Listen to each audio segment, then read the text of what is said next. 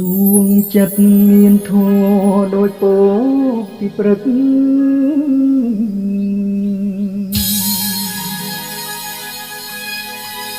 ហើយនឹកគោរពដូចពុទ្ធសាសនានាងស្លាប់ទៅហើយមិនវិលវិញទេ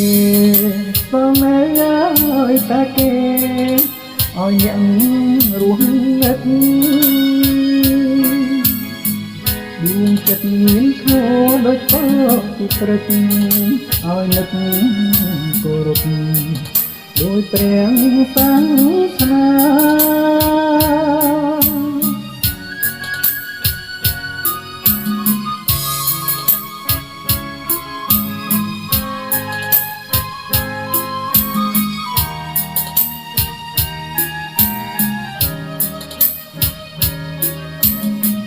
ចិត្តស្អាតបរិសុទ្ធដូចអ្នកតាំងសិល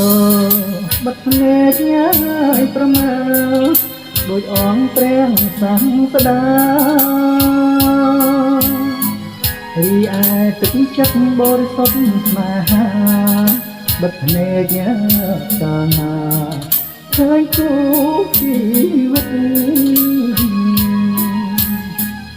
វត្ថុក្នុងលោកស្លាប់ហើយតែរស់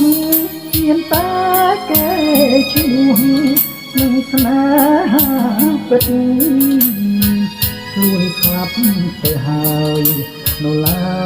យអាណិតឲ្យគូជីវិតអោព្រឹកគ្រប់គ្រា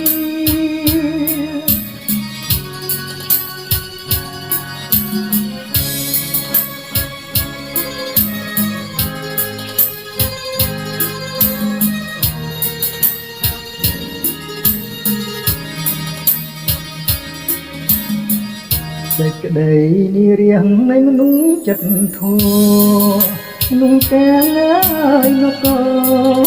យំស្ដាយគ្រប់គ្នា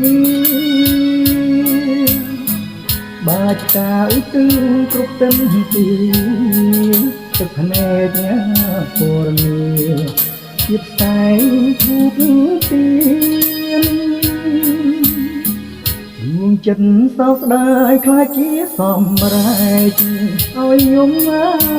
យក្រែកទៅបែកវិញប្រកាសប្រាប់ថាគ្មានអ្វីទាំងបានចិត្តល្អធម៌មានប្រៀបបាននឹងព្រះវិហារ